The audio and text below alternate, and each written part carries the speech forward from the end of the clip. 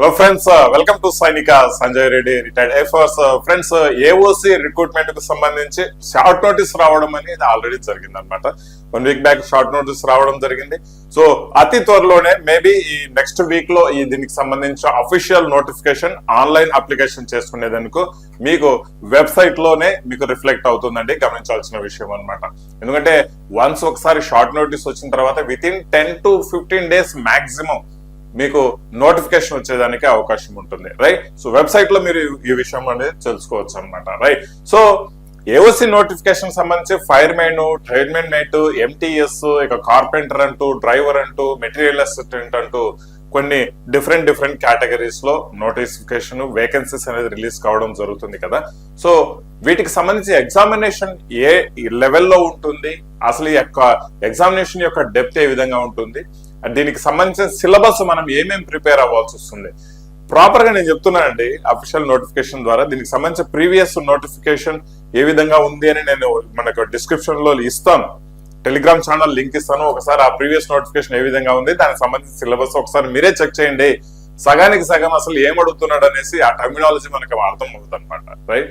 So దానికంటే better గా నేను ఆ సిలబస్ ను బేస్ చేసుకొని మన లాంగ్వేజ్ లో మనకు అర్థమయ్యే విధంగా ఏ విధంగా సిలబస్ అనేది ఉంటుంది, ఏఓసికి సంబంధించి ఆల్ కేటగిరీస్ ఆఫ్ ఎగ్జామినేషన్, దానికి సంబంధించిన పేపర్స్ యొక్క డెప్త్ ఏ విధంగా ఉంటుంది అంటూ కూడా నేను చూశాను. మనకు ఏఓసికి సంబంధించి మెటీరియల్ అసిస్టెంట్ కి సంబంధించి ఒక క్వశ్చన్ పేపర్ అనేది మనకి సైనిక యాప్ లో మీరు డౌన్లోడ్ చేసుకునే దానికి కూడా మనకు అవైలబుల్ ఉంటుంది. అండ్ సైనిక యాప్ లో ఉన్న 499 రూపీస్ కోర్సులోనే ఏఓసికి సంబంధించి కంప్లీట్ కోర్స్ ఇస్తున్నామండి.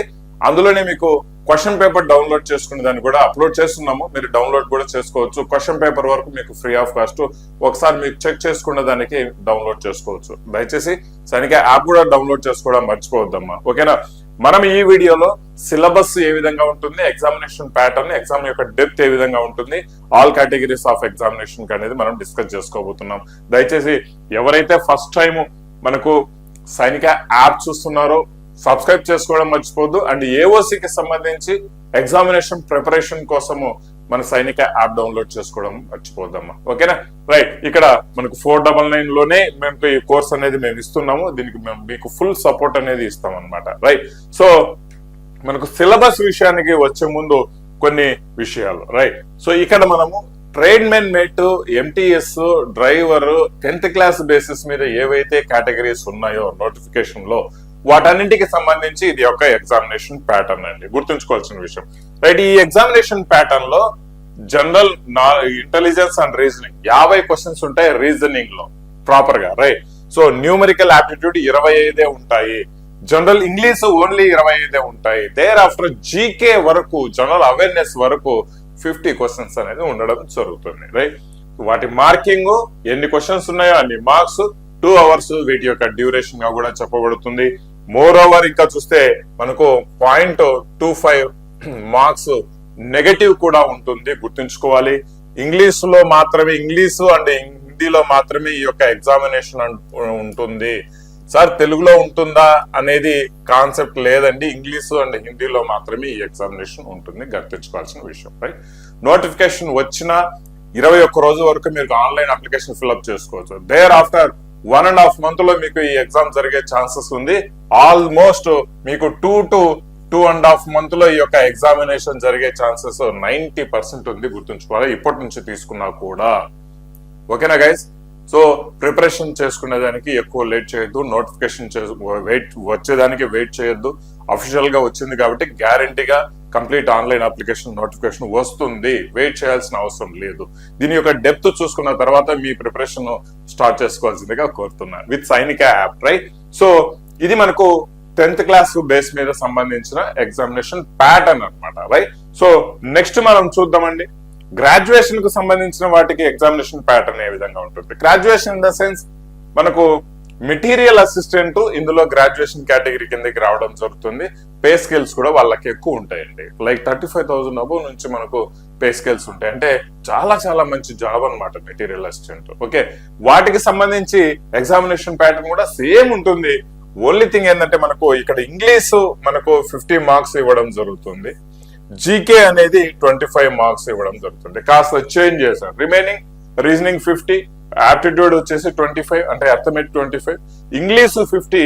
ఇక్కడ మనకు జనరల్ అవేర్నెస్ వరకు అయితే 25 ఇవ్వడం జరుగుతుంది ఈ యొక్క మెటీరియల్ అసిస్టెంట్ కు సంబంధించి మీ నోటిఫికేషన్ లో ఉన్న పోస్టులకి. ఓకేనా? సో రెస్ట్ ఆల్ 2 hours ఉంటుంది, 0.25 మార్క్స్ నెగిటివ్ ఉంటుంది, అన్ని కామన్ గానే ఉంటుంది అనమాట. ఎగ్జామినేషన్ పేపర్ యొక్క డెప్త్ అనేది నేను మీకు at the end of the వీడియోలో నేను చెప్తాను, ఖచ్చితంగా చూసుకోవాలండి. రైట్, డెప్త్ ఏ విధంగా వస్తుందని తెలుసుకుంటేనే మీ ప్రిపరేషన్ ప్యాటర్న్, ప్రిపరేషన్ గైడెన్స్ అనేది ప్రాపర్ గా ఉంటుంది. క్వశ్చన్ పేపర్ యొక్క డెప్త్, ఆ క్వశ్చన్ పేపర్ తెలియకుండానే పోతే మాత్రం ఖచ్చితంగా మీరు ఏం ప్రిపేర్ అవ్వాలనేది కూడా దిక్కు తెలియదండి. అందుకే నేను మీకు మన కోర్సులో క్వశ్చన్ పేపర్ వరకు మీరు ప్రతి ఒక్కరికి యాక్సెస్ చేసుకునే విధంగా, డౌన్లోడ్ కూడా చేసుకునే విధంగా నేను క్వశ్చన్ పేపర్ అప్లోడ్ చేస్తాను. ఎంతవరకు నాకు క్వశ్చన్ పేపర్స్ దొరుకుతాయో అంతవరకు నేను క్వశ్చన్ పేపర్స్ నేను అందులో అప్లోడ్ చేస్తూ ఉంటాను అనమాట. సో అందుకే యాప్ డౌన్లోడ్ చేసుకొని కోర్సులో మీరు లాగిన్ అవ్వాల్సిన అవసరం లేదు, మీరు డైరెక్ట్ గా అక్కడ నుంచి డౌన్లోడ్ చేసుకోవచ్చు అండి. ఓకేనా? చూద్దాం. మనకు ఫస్ట్ మన రీజనింగ్ గురించి మాట్లాడుతున్నారు కాబట్టి రీజనింగ్ లో మనకు రాబోయే సిలబస్ ఏ విధంగా ఉంటుంది, వేటి నుంచి మనకు వచ్చే ఛాన్సెస్ ఎక్కువగా ఉన్నాయి. రైట్, సో చూద్దాం. మనకు ఆల్ ది వే రీజనింగ్ లో ఉన్న మనకు టాపిక్స్ ఏ విధంగా ఉంటాయి అంటే చూడండి, నెంబర్ సిరీస్ నుంచి ఖచ్చితంగా మనకు ఇంపార్టెంట్ టాపిక్ ఇది, ఖచ్చితంగా వస్తాయి. ఆల్ఫాబెట్ సిరీస్ ఖచ్చితంగా వస్తాయి. రైట్, కోడింగ్ డీకోడింగ్ గ్యారంటీగా వస్తాయి. రైట్, అనాలజీ అంటే పోలికలు ఖచ్చితంగా ఇందులోంచి రావడం జరుగుతుంది. ఆడ్ వన్ అవుట్ ఖచ్చితంగా వస్తాయి. మిస్సింగ్ అవుట్ నెంబర్ ఖచ్చితంగా రావడం జరుగుతుంది. ర్యాంకింగ్ అనేది మేబీ రావచ్చు, రాకపోవచ్చు, ఎందుకంటే ప్రాపర్ గా పర్టికులర్ గా అందులో మెన్షన్ చేయలేదండి. మనం డౌట్ గానే మనం చూసుకోవచ్చు ర్యాంకింగ్ అనేది. బ్లడ్ రిలేషన్ గ్యారంటీగా మీకు రావడం జరుగుతుంది. రిలేషన్స్ అని ఖచ్చితంగా మీరు సిలబస్ లో మెన్షన్ చేస్తున్నారండి. ఓకేనా? రైట్, ఇక డైరెక్షన్స్ అనేది క్వశ్చన్స్ ప్రీవియస్ గా వచ్చాయి, ఖచ్చితంగా వస్తాయి దిశలో. Right, Venn diagrams, syllogisms question mark అని మనం చెప్పుకోవచ్చు. చదవాలి, బట్ ఎక్కువగా దీని మీద ఫోకస్ చేయాల్సిన అవసరం లేదు. ఇవన్నీ మామూలుగా వచ్చేసి మనకు వెన్ డయాగ్రామ్స్ అంటే ఫిగర్ దీంట్లో రావడం జరుగుతుంది. అండ్ సిలాజిజం వచ్చేసి మనకు అక్కడ కామన్ గా ఎక్కువ క్వశ్చన్స్ ఇందులో పడలేదు కాబట్టి లైట్ గా మీటింగ్స్ చేయడం వరకు ఇంపార్టెంట్, అండ్ డెప్త్ గా పోవాల్సిన అవసరం అయితే లేదు. నేను చెప్తున్నాను ఏ టాపిక్ ఎంత డెప్త్ వెళ్లాల్సిందని కూడా చెప్తా ఉన్నాను guys. Right, so mathematical operations important గానే భావించాలి. రైట్, సో గణిత కార్యకలాపాలు అంటే ప్లస్ మైనస్ దీన్ని ఇంటర్చేంజ్ చేస్తే ఎట్లుంటది ఇవన్నీ. రైట్, సో సీటింగ్ అరేంజ్మెంట్స్ ఇంపార్టెంటే. డిక్షనరీ వర్డ్స్ మనకు కామన్ గా అడగలేదు, బట్ డిక్షనరీ వర్డ్స్ అనే టాపిక్ చాలా ఈజీ కాబట్టి ఒక్కసారి ఒక గ్లాన్స్ వేసుకున్నారంటే మనకి అక్కడికి ఇందులోంచి క్వశ్చన్స్ మిస్ కావాలన్నమాట. లాజికల్ ఆర్డర్ ఆఫ్ వర్డ్స్ మనకు అంత ఇంపార్టెంట్ అయితే కాదు. ఈ సిలబస్ లో మనకు ప్రీవియస్ గా అడుగుతున్న క్వశ్చన్స్ ను బట్టి ఆ ప్యాటర్న్స్ అనేది నేను మీకు చెప్తున్నానండి, గుర్తుంచుకోవాలి. నెక్స్ట్ మనం చూస్తే చూడండి, ఇంతవరకు మనం చెప్తుంది వర్బల్, ఇప్పుడు చెప్తున్నది నాన్ వర్బల్ అంటే బొమ్మల రూపంలో వచ్చేటి అన్నమాట కామన్ గా. రైట్, సో మనం గమనించిన ఈ ప్రీవియస్ పేపర్స్ లో బొమ్మల రూపంలో వచ్చేటి అంటే బొమ్మలే చాలా రకాలుగా ఉంటాయి. ఒక రకమైన బొమ్మ కాదు, ఒకటి అద్దపు ప్రతిబింబం అంటారు, కంప్లీషన్ ఆఫ్ ఫిగర్స్ అంటారు, బొమ్మల రూపంలోనే ఒక సిరీస్ కంప్లీట్ చేయండి అనేసి, కౌంటింగ్ ఫిగర్స్ అని, ఫిగర్ పేపర్ కటింగ్ అని, పేపర్ ఫోల్డింగ్ అని, డైస్ అని రకరకాలుగా ఉంటాయి అన్నమాట.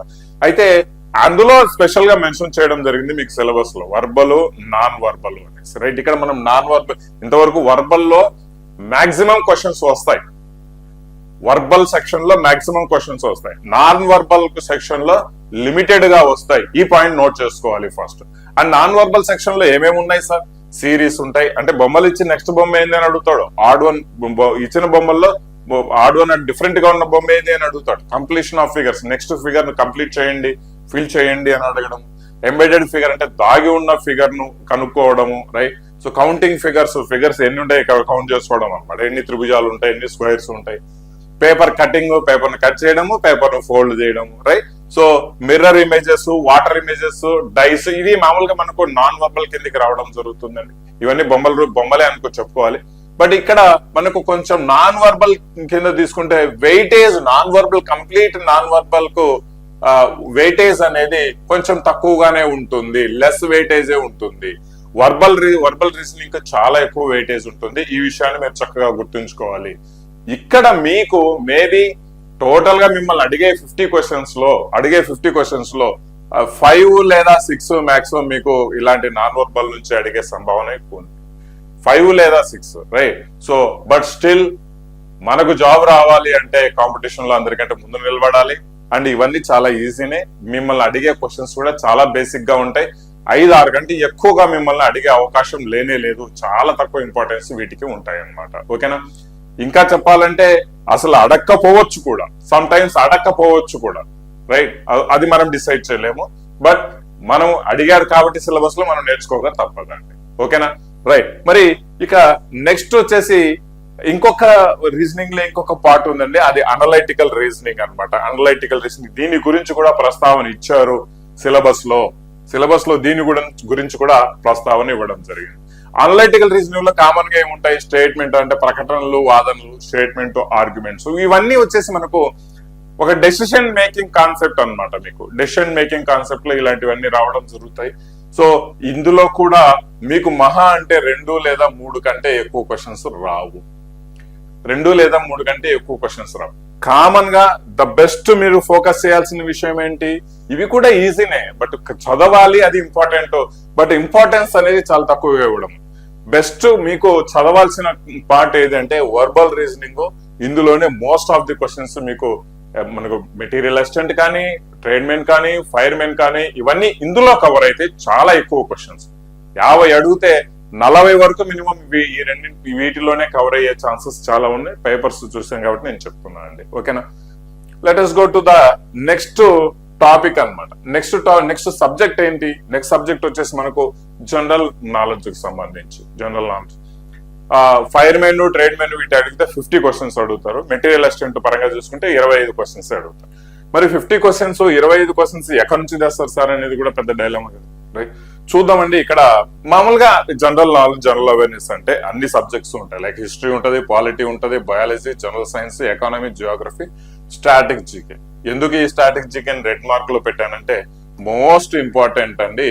మీ ఎగ్జామ్స్ కు మోస్ట్ ఇంపార్టెంట్. ఏ ఎగ్జామ్ అయినా సరే ఏఓసికి సంబంధించి మోస్ట్ ఇంపార్టెంట్ సెక్షన్ వచ్చేసి స్టాటిక్ జీకే. దేర్ ఆఫ్టర్ వస్తే మనకు కరెంట్ అఫైర్స్ లో కొన్ని క్వశ్చన్స్, ఒక 3-4 క్వశ్చన్స్ కరెంట్ అఫైర్స్ లో కూడా కవర్ చేయడం జరుగుతుంది. ఒక 3 or 4 questions maximum, right? So sir మరి ఇందులో నుంచి ఏ విధంగా చదవాలి సార్ అంటే ఇవన్నీ అదే మరి ఈజీ కాదండి.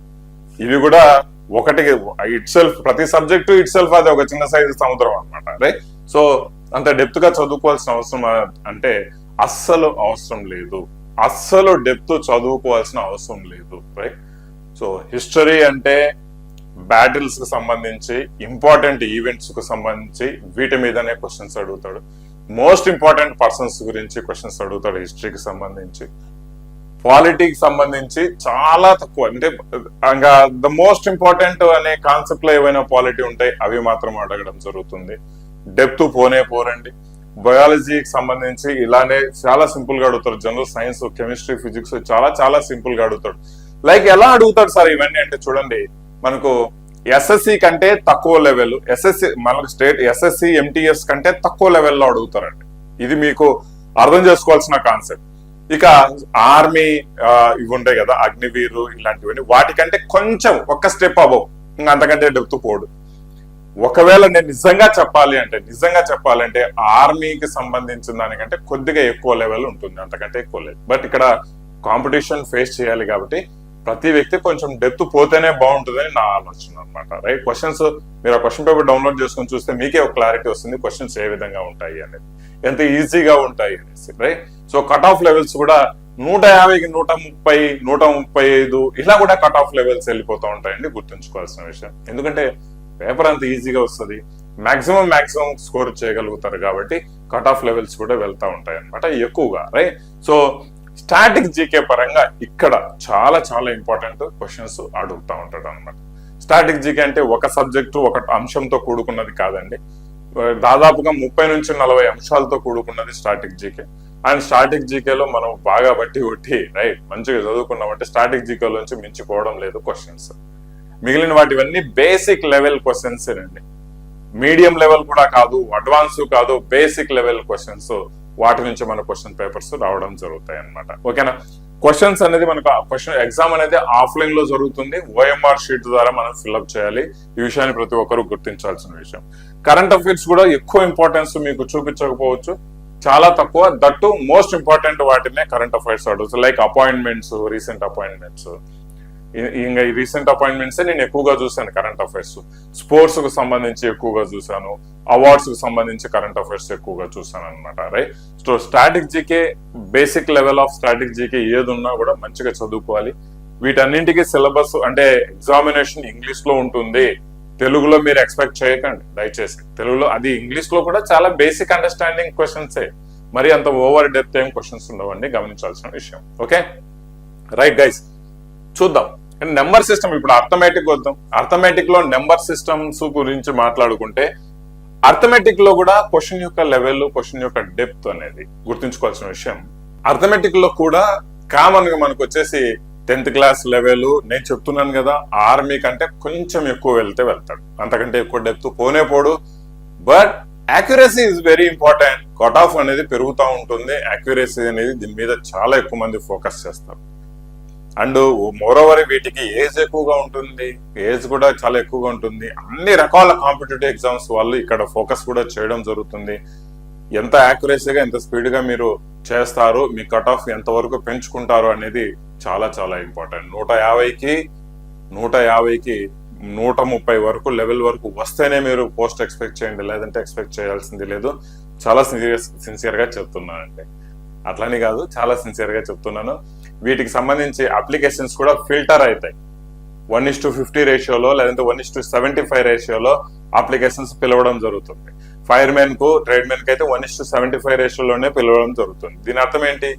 80 అండ్ అబౌవ్ 10th క్లాస్ లో పర్సెంటేజ్ ఉన్న వాళ్ళు అప్లై చేసుకుంటే వాళ్ళకు మనకు అడ్మిట్ కార్డు వచ్చే ఛాన్సెస్ చాలా ఎక్కువ ఉన్నాయి అన్నట్టు దాని అర్థం. ఓకేనా? సో వాళ్ళందరూ కొంచెం ఎంతో కొంత తెలివైన వాళ్ళే ఉంటారు. రైట్, గుర్తుంచుకోవాలి.